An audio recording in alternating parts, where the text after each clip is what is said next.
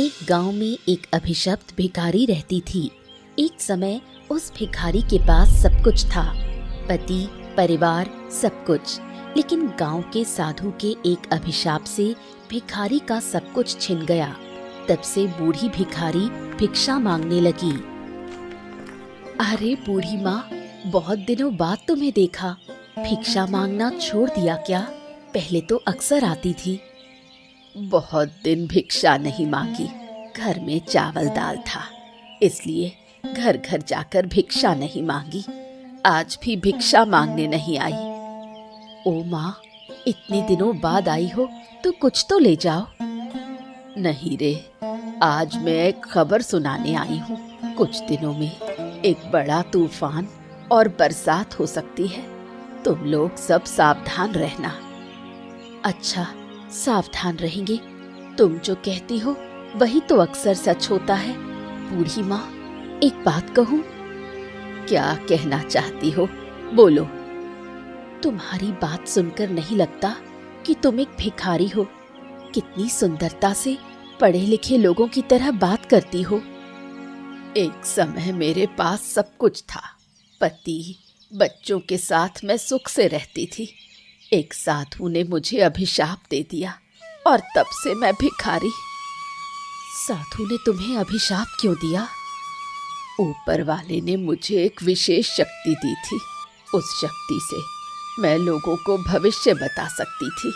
एक साधु ने ये जाना और फिर उस साधु ने काला जादू करके मेरे पति और मेरे बच्चों को मार डाला और मेरी शक्ति को भी नष्ट कर दिया।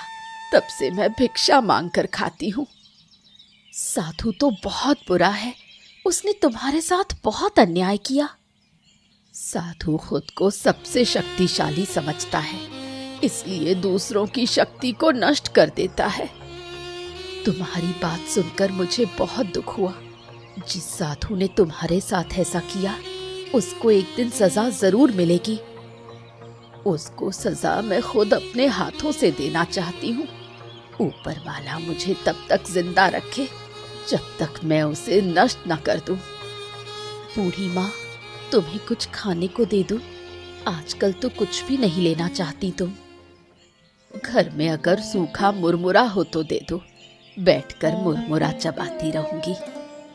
तुम बैठो, मैं मुरमुरा लेकर आती हूँ।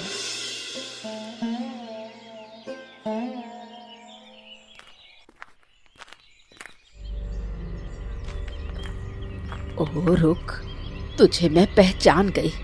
तू साधु बनकर लोगों को धोखा देता है।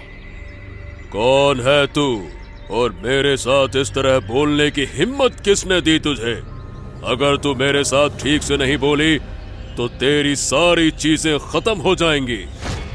मेरे पास खोने के लिए अब कुछ भी नहीं। मेरा तो सब कुछ खत्म हो चुका है। तू भूल गया कि तूने मेरे साथ क्या किया था? सोच कर देख, 20 साल पहले की बात। मेरे बेटे और मेरे पति सबको तूने खत्म कर दिया और मुझे भिखारी बना दिया। मैं तुझे छोड़ूंगी नहीं, तुझे खत्म कर दूंगी। ओ, तू अभी भी जिंदा है? मुझे तो लगा था कि तू मर गई होगी। ऊपर वाला तुझे खत्म करने के लिए मुझे जिंदा रखे हुए है। तेरे ढोंग को मैं गांव वालों के सामने लेकर आऊंगी। बूढ़ी, तेरी बात पर कोई विश्वास नहीं करता। इस गांव के सब लोग मुझे संकट में ही याद करते हैं। कोई बीमारी हो तो मेरे पास आते हैं। तूने ही मुझे हानि पहुंचाई, तूने ही मेरी शक्ति नष्ट की, क्योंकि मैं लोगों का भविष्य बता देती थी। तूने अपने बचाव के लिए मेरी शक्ति छीन ली। पर याद रख, अब तू बहुत दिनों तक धोखा नहीं दे पाएगा। बूढ़ी, चल अब मेरे सामने से हट जा, नहीं तो तेरी हालत तेरे बेटे और पति के जैसी कर दूंगा। चल हट। मुझको कुछ नहीं होगा। पति बच्चे के बिना भी मैं 20 साल से जीवित हूँ। कुछ दिन और जी लूंगी। अब मैं काला जादू करके तेरे पूरे शरीर को जला दूंगा। वो देखा जाएगा। अब तू मेरे सामने से हट जा रहा हूं मैं। तू कुछ नहीं कर सकेगा। तेरी शक्ति तूने खुद ही नष्ट कर ली है, पर तू मुझे मार नहीं सकेगा। ये हक सिर्फ ऊपर वाले का है। जा, चला जा यहाँ से, पर याद रख, मैं तुझे खत्म कर दूंगी।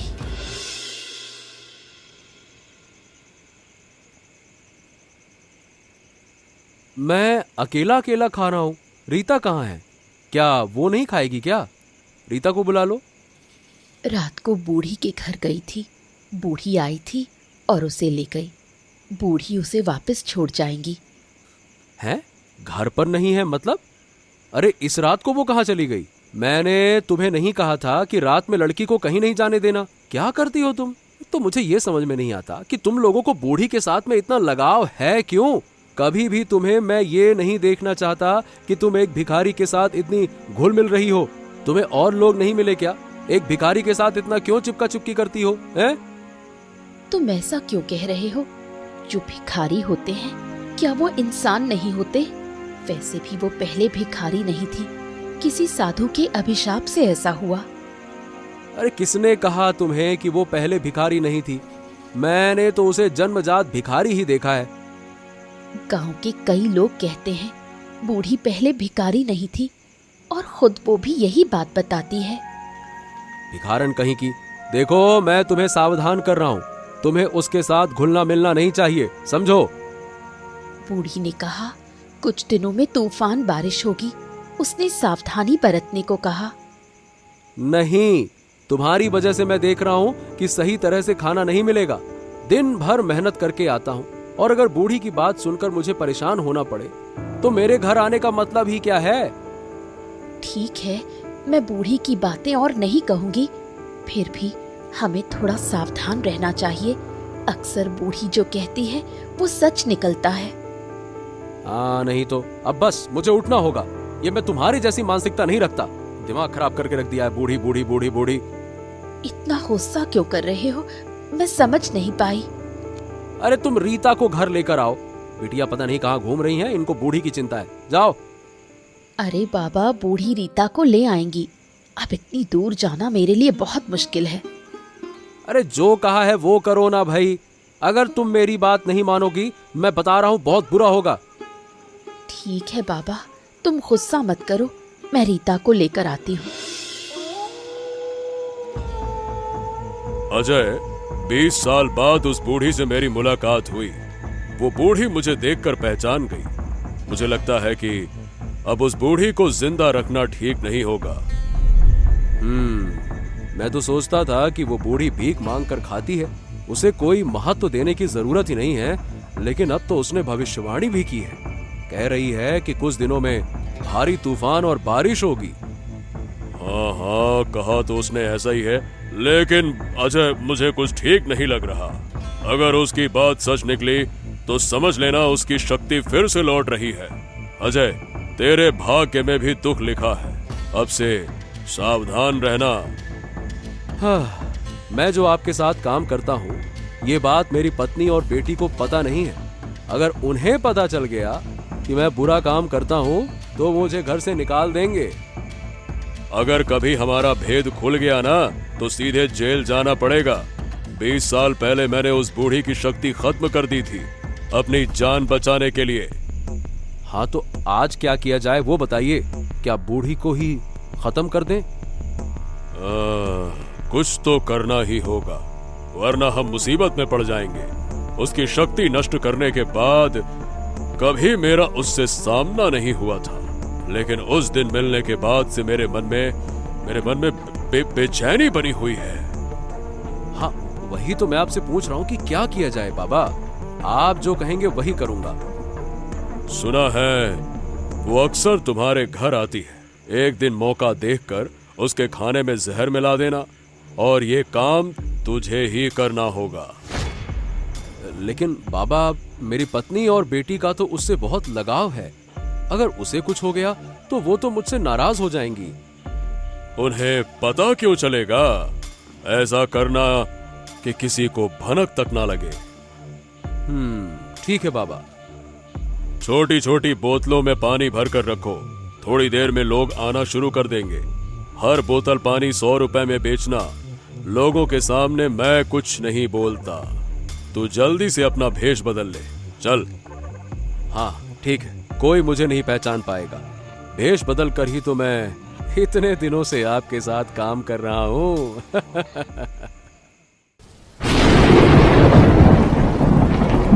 ओह माँ, मुझे बहुत डर लग रहा है। जन्म से लेकर आज तक इतना बड़ा तूफान नहीं देखा। लगता है घर उड़ जाएगा। तेरे पापा भी घर नहीं आए, पता नहीं कहाँ है। मुझे उनकी बहुत चिंता हो रही है। माँ, बूढ़ी ने तो ठीक ही कहा था, हमें सावधान रहना चाहिए था। अगर घर गिर गया तो क्या होगा माँ? मैंने तेरे पापा को बार बार कहा था कि तूफान और बारिश आएगी, लेकिन उन्होंने मेरी बात पर बिल्कुल ध्यान नहीं दिया। अब तो लग रहा है हमें पहले से ही सावधान होना चाहिए था। माँ, खिड़की की तरफ देखो, खिड़की टूट गई है। पानी अंदर आ रहा है, छत भी उड़ जाएगी लगता है। माँ, चलो किसी के घर जाकर शरण लेते हैं। रमेश काका का तो पक्का घर है, वहीं चलते हैं। अभी कहीं नहीं जा सकते, बाहर निकलना बहुत खतरनाक है। बाहर गए तो पेड़ सर पर गिर सकता है। यहाँ रहेंगे तो घर के नीचे दबकर मर जाएंगे। बिस्तर के नीचे चलना होगा। अगर बिस्तर के नीचे बैठे तो शायद बच जाएं। हम तो शायद बच जाएंगे, लेकिन पापा का क्या होगा माँ? जब तूफान कम होगा तब मैं लालटेन लेकर तेरे पापा को खोजने जाऊंगी। तूफान की जो रफ्तार है, आज रात तो कम होने की उम्मीद नहीं लगती। अगर हमने बूढ़ी की बात पर ध्यान दिया होता तो शायद ये हाल ना होता। मैंने तो उसकी बात पर विश्वास किया था, लेकिन अकेले विश्वास करने से क्या होता है? सबको विश्वास करना चाहिए था, ताकि पहले से शरण केंद्र में जाकर रह लेते। तूफान और तेज हो रहा है, बाहर पेड़ गिरने की आवाज आ रही है। प्रीता, यहाँ बैठना खतरनाक है। चलो हम बिस्तर के नीचे चलते हैं। हाँ माँ, चलो। यहाँ बैठा है तू? मैं तो तुझे ढूंढने ही जा रही थी। सारी रात इतना तूफान हुआ, फिर भी तू जिंदा है। ये देखकर मुझे बुरा लग रहा है। अगर तू मर गया होता तो मुझे शांति मिलती। ओ बूढ़ी, अच्छा नहीं होगा। यहाँ क्यों आई हो? क्यों आई हूँ ये तुझे पता नहीं? तुझे और उस ढोंगी साधु को खोजने आई हूँ। मैं तुझे अच्छा इंसान समझती थी, लेकिन मेरी भविष्यवाणी कुछ और कहती है। मैं साफ देख रही हूँ, तू भी उस साधु की तरह बुरा है। तेरी पत्नी और बेटी तो बहुत अच्छे इंसान है, तू इतना बुरा क्यों? अच्छा, तो तू मुझे डराने आई है क्या? मैं तुझसे जरा सा भी नहीं डरता। तेरे जैसे भिखारी की कोई बात मानेगा क्या? कोई नहीं मानेगा। देखा ना, मैंने कहा था कि तूफान आएगा। आया ना, मेरी बात सच हुई। अब सब लोग मुझ पर विश्वास करेंगे। मैं पूरे गांव को तुम्हारी और साधु की असलियत बता दूंगी। बूढ़ी, पूरी रात मैं यहाँ बैठा था। तूफान और बारिश में बड़ी मुश्किल से जिंदा बचा हूँ। अब मैं घर जा रहा हूँ। मेरी पत्नी और बेटी ठीक है या नहीं, ऊपर वाला जाने। तेरी पत्नी और बेटी को कुछ नहीं होगा, लेकिन तेरी हालत बहुत खराब होने वाली है। अभी भी वक्त है, सुधर जा, वरना तुझे कोई नहीं बचा सकेगा। पाखंड छोड़ दे, बुरा काम छोड़ दे। लगता है तुझे जिंदा छोड़ना ठीक नहीं है। तू जिंदा रही तो मेरा नुकसान होगा। मेरा नुकसान करने से पहले तेरा सर्वनाश होगा। वो साधु खुद ही तेरा विनाश कर देगा। तुम झूठ बोल रही हो। तुम्हारी बात पर मुझे भरोसा नहीं है। मैं झूठ नहीं बोलती, ये तू अच्छी तरह जानता है। अब बता, वो ढोंगी साधु कहाँ है? मुझे कुछ नहीं पता। तूफान में फंस गया था साधु बाबा। वो जिंदा है या नहीं मैं नहीं बता सकता। अगर तू मुझे नहीं बताएगा कि साधु बाबा कहाँ है तो ठीक है, मैं खुद ही ढूंढ लूंगी।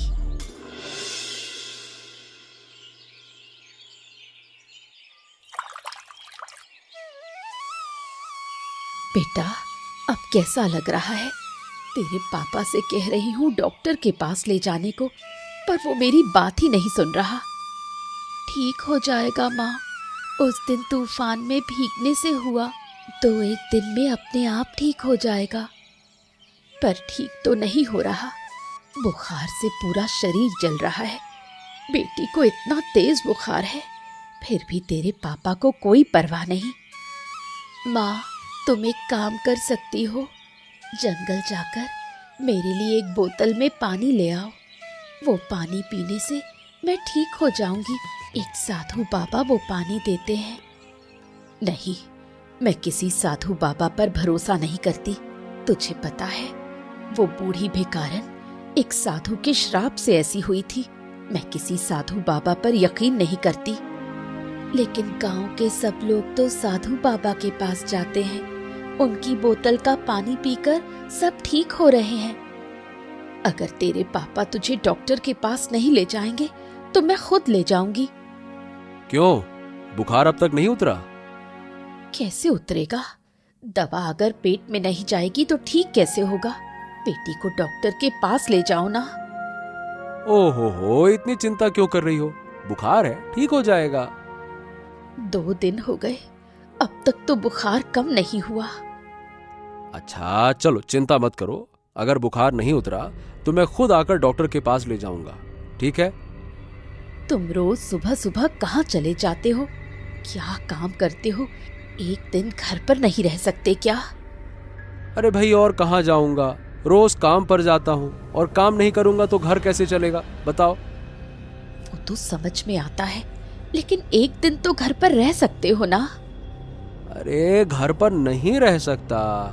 अच्छा सुनो, एक जरूरी बात कहता हूँ, जरा ध्यान से सुनना। घर के टेबल पर एक छोटी बोतल में पानी रखा है। अगर बूढ़ी यहाँ आए तो वो पानी उसे पिला देना। साधु बाबा ने कहा था कि पानी बूढ़ी के लिए है, पर ध्यान से, ठीक है? सीधे हाथ में मत देना, खाने में मिलाकर देना, और गलती से भी तुम लोग वो पानी मत पी लेना। बता रहा हूं मैं, सावधानी से, ध्यान से, ठीक है? ठीक है।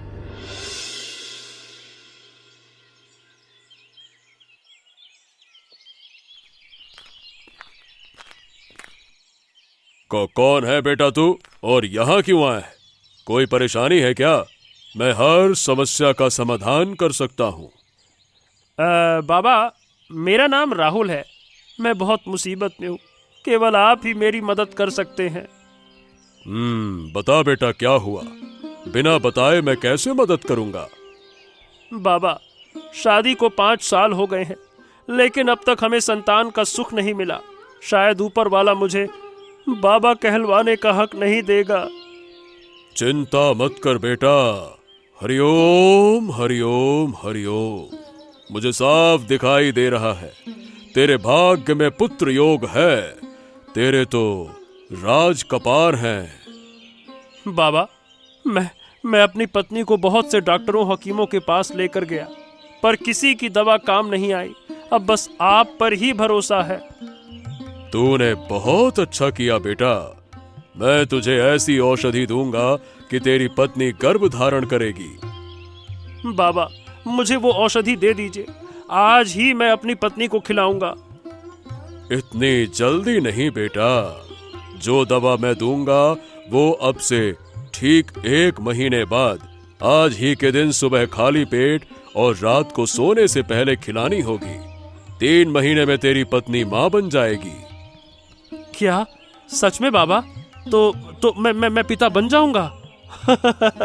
ये सब आपकी कृपा है बाबा। इस औषधि के लिए 3000 रुपए देने होंगे। बाबा, अब 3000 रुपए, इतने पैसे तो नहीं हैं। मैं बहुत गरीब हूँ बाबा। तो तेरे पास कितने हैं? मेरे पास तो 500 रुपए हैं बाबा। ठीक है बेटा, ला 500 रुपए ही दे। ये लीजिए बाबा, 500 रुपए।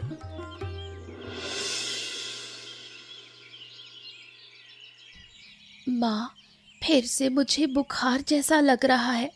लगता है मुझे कोई भयानक बीमारी हो गई है। ऐसी बातें मत कर, सब ठीक हो जाएगा। 2 दिन तो मैं ठीक थी, पर आज फिर बुखार चढ़ गया। तेरे पापा आए, आज ही मैं तुझे बड़े डॉक्टर के पास ले जाऊंगी। बिना डॉक्टर की बीमारी ठीक थोड़ी होती है। तेरे पापा को कुछ कहो तो जरा भी परवाह नहीं। माँ, पापा को दोष देकर क्या होगा? वो तो काम पर जाते हैं। मौका मिलता तो मुझे जरूर ले जाते। रहने दे, तू अपने पापा की पैरवी मत कर। ठीक है माँ, नहीं करूंगी। अरे माँ, वो बूढ़ी औरत कई दिनों से घर नहीं आई। उसे कुछ हुआ तो नहीं? नहीं, शायद कुछ नहीं हुआ। वो कभी कभी ऐसे ही गायब हो जाती हैं, फिर जब आने लगती हैं तो रोज आती हैं। पापा जो बूढ़ी के लिए बोतल में पानी लाए थे ना, वो मैं पी लेती हूँ। हो सकता है वही पानी पीने से मैं ठीक हो जाऊं। वो पानी तू क्यों पिएगी? बूढ़ी आएगी तो मैं उसे क्या दूंगी? पापा फिर से बूढ़ी के लिए पानी ले आएंगे। मैं यही पानी पीऊंगी, नुकसान तो नहीं होगा। लेकिन मैं तुझे ये पानी नहीं देना चाहती। तेरे पापा ने साफ मना किया था, हम लोग वो पानी गलती से भी ना पिए। पापा ने ऐसा कहा था। अरे माँ, तुम वो बोतल लेकर तो आओ। एक बार फिर सोच ले। बहुत सोच लिया, मैंने फैसला कर लिया। तुम बस बोतल लेकर आओ। मेरा मन बहुत घबरा रहा है। तुम देखना, ये पानी पीने के बाद मैं एकदम ठीक हो जाऊंगी। ठीक है, मैं ला रही हूँ।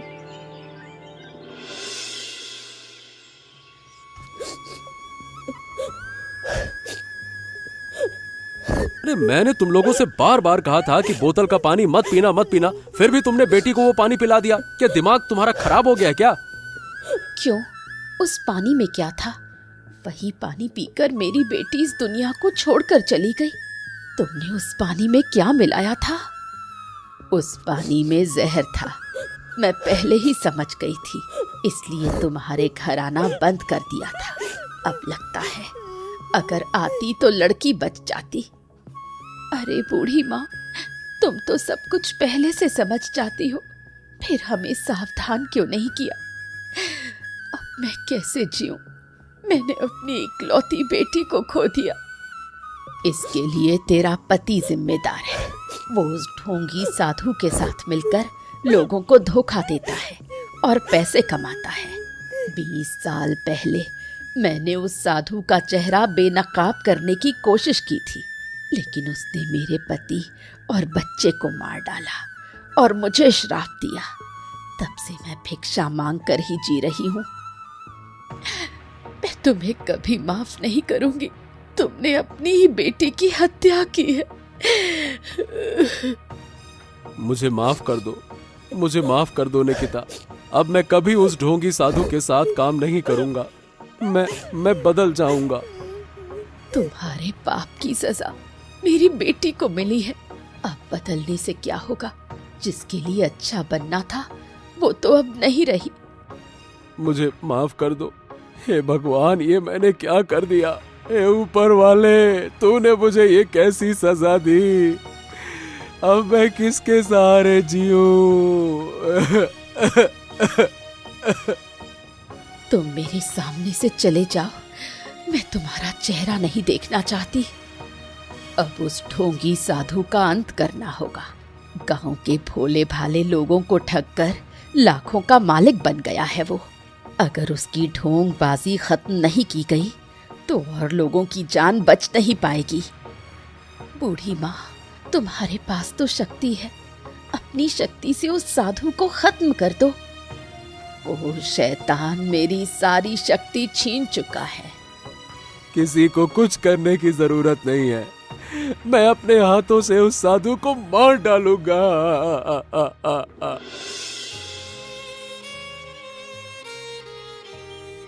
तू एकदम चुप क्यों हो गई है?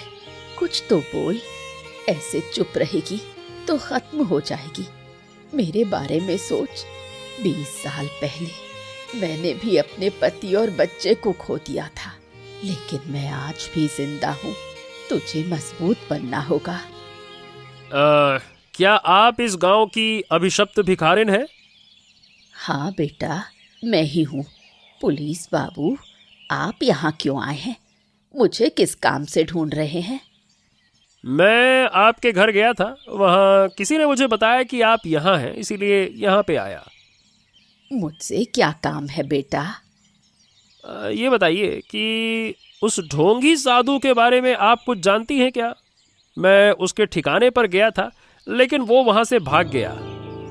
वो ढोंगी साधु कई सालों से लोगों को ठगता आ रहा है। मैंने सब समझ लिया था, इसलिए उसने मेरे परिवार को खत्म कर मुझे भिखारिन बना दिया। लोग कहते हैं कि आप बहुत कुछ बता सकती हैं, तो क्या आप बता सकती हैं वो कहाँ है? अब मेरी शक्ति पहले जैसी नहीं रही। उस शैतान ने काला जादू करके मेरी सारी ताकत छीन ली है। लेकिन इतना कह सकती हूँ, वो अब शहर के किसी बड़े मकान में रहता है। लोगों को ठग ठग कर वो अमीर बन गया है। अच्छा, ये बताइए अजय बाबू घर पर हैं क्या? क्या आप उन्हें बुला सकती हैं? उनकी बेटी की मौत के बाद से कोई खबर नहीं। कहाँ गए कोई नहीं जानता। उसकी पत्नी भी बिल्कुल चुप हो गई है, एक शब्द भी नहीं बोलती। 2 दिनों से एक शब्द तक नहीं बोली। बेटी की मौत का सदमा। धीरे धीरे सब ठीक हो जाएगा। देखो, मैं भी तो सब भूल कर जी रही हूँ। आपने बिल्कुल सही कहा। चलिए ठीक है बूढ़ी माँ, अब मैं चलता हूँ। जाओ बेटा, भगवान तुम्हारा भला करे।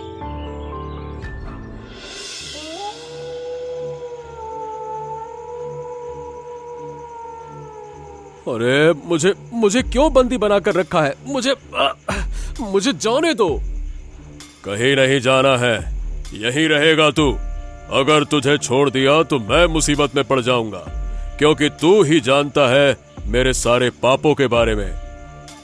अरे मैंने खुद ने बहुत पाप किए हैं और मुझे उसकी सजा मिल चुकी है, मेरी बेटी रीता को खोकर।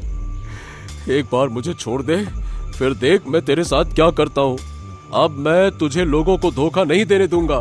मैं बताता, तू छोड़ तो सही एक बार मुझे। छोड़ मुझे, छोड़। अरे क्या मैं पागल हूँ जो तुझे छोड़ दूं? जैसे मैंने बूढ़ी के पति और बेटे को काले जादू से मारा था, वैसे ही तुझे भी खत्म कर दूंगा। अब और पाप मत कर।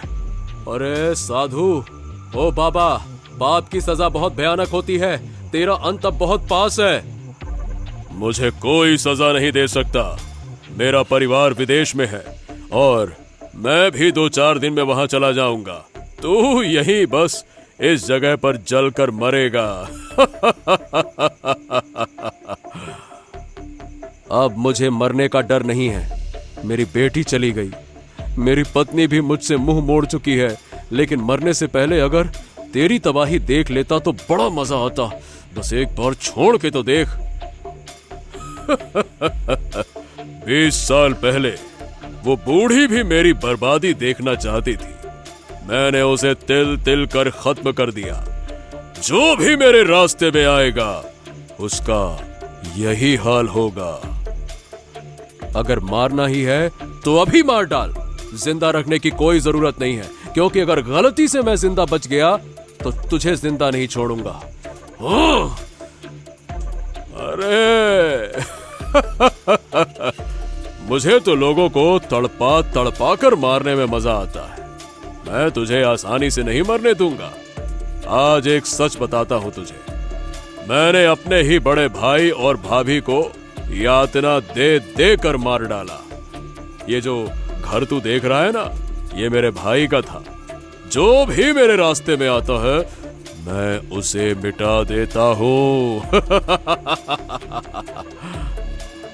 और तुम सोचते हो कि ये घटिया काम करके तुम हमेशा जीते रहोगे, लेकिन सुन ले, तेरा समय अब आ चुका है। मेरा कुछ नहीं बिगड़ेगा। बूढ़ी माँ, मैं इस घर में नहीं रहना चाहती। यहाँ रहकर मैं अपनी बेटी को भूल नहीं पाऊंगी। बेटी को तो तू कभी नहीं भूल पाएगी, चाहे जहां भी रहे। दुनिया के किसी भी कोने में तेरी बेटी की याद हमेशा तुझे रुलाएगी।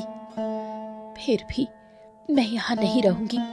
क्या तुम मुझे आश्रय दोगी बूढ़ी माँ? क्यों नहीं दूंगी। तू अगर मेरे साथ रहेगी तो मुझे भी अच्छा लगेगा।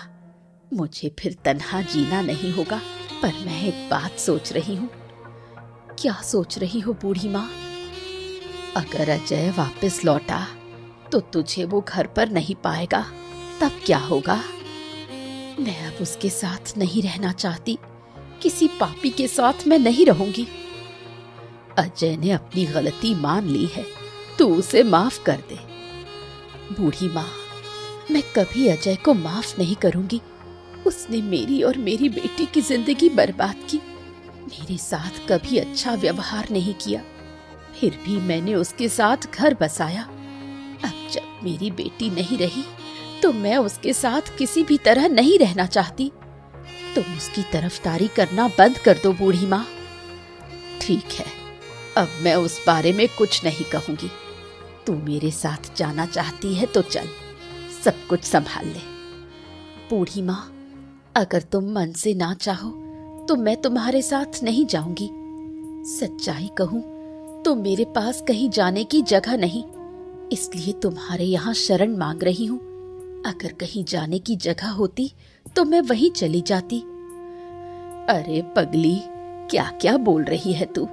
अगर तू मेरे साथ चलेगी तो मुझे बहुत अच्छा लगेगा। मुझे फिर अकेले नहीं रहना पड़ेगा।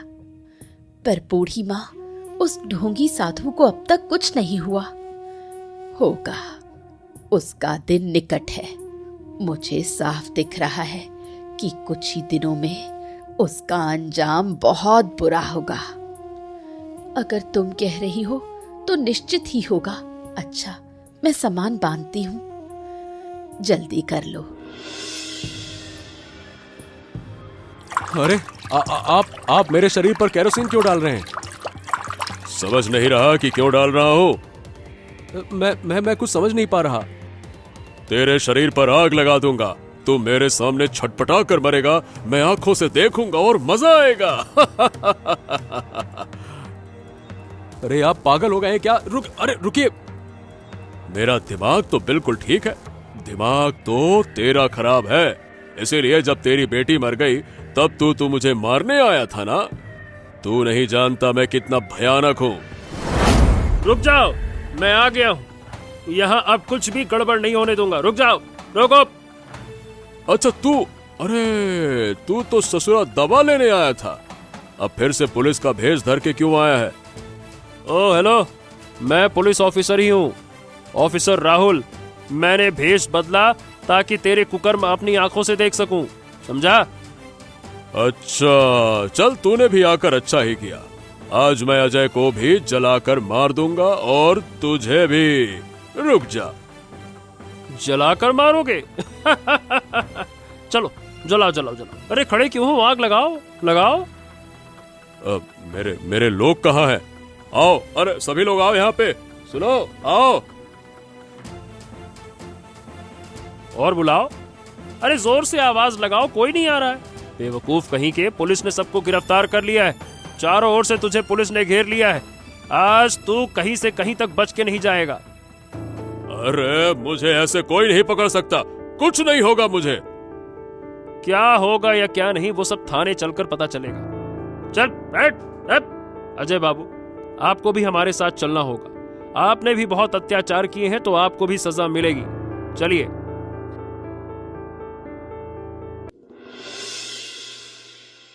बूढ़ी माँ, हम कहाँ जा रहे हैं? हम इस गांव को छोड़कर बहुत दूर जा रहे हैं। श्यामनगर में मेरी एक दूर की नातिन रहती है। थोड़ी देर वहीं रुकेंगे, फिर हम अपना एक छोटा सा व्यवसाय संभाल लेंगे। क्या तुम्हारी नातिन मुझे वहाँ रहने देगी? 2 दिन हम वहाँ रुकेंगे, वो जरूर रहने देगी। सुनो, हम वहाँ जाकर लूची और आलू का दम बेचेंगे। तू और मैं मिलकर दिन भर बेचेंगे। देखना, हमारे लिए ये बहुत अच्छा होगा। बूढ़ी माँ, पर मेरे पास तो कोई पैसा नहीं। व्यवसाय शुरू करने के लिए कुछ पैसे चाहिए होते हैं। इसकी चिंता मत कर, भिक्षा मांगकर मैंने थोड़ा पैसा जमा किया है। उस पैसे से हम व्यापार शुरू करेंगे। मैं अब कभी भिक्षा नहीं मांगूंगी। इस पेशे से अब मैं बाहर आना चाहती हूँ। ठीक है बूढ़ी माँ, तुम जो कहोगी वही होगा।